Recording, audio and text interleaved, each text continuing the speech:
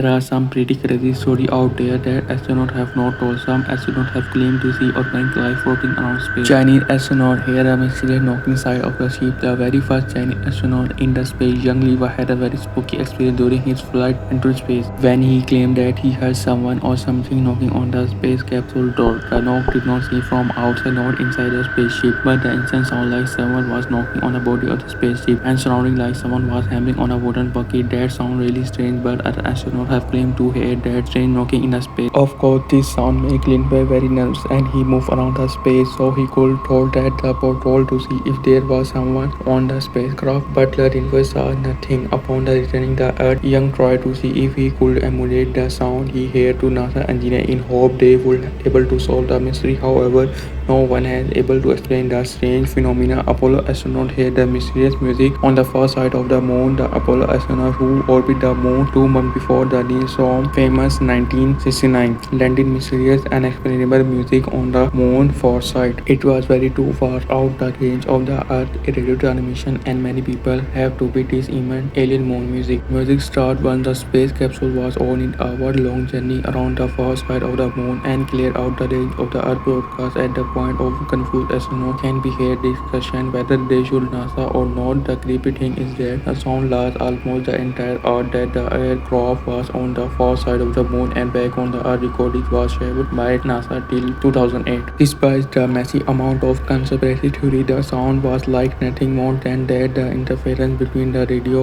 of two different modules. But Apollo 15 astronaut Al Walden was not conveying the explained that the Apollo 10 crew was very used to that noise and this was different. What do you think about this story? If someone was conveying things up is really alien, leave let you know in comment.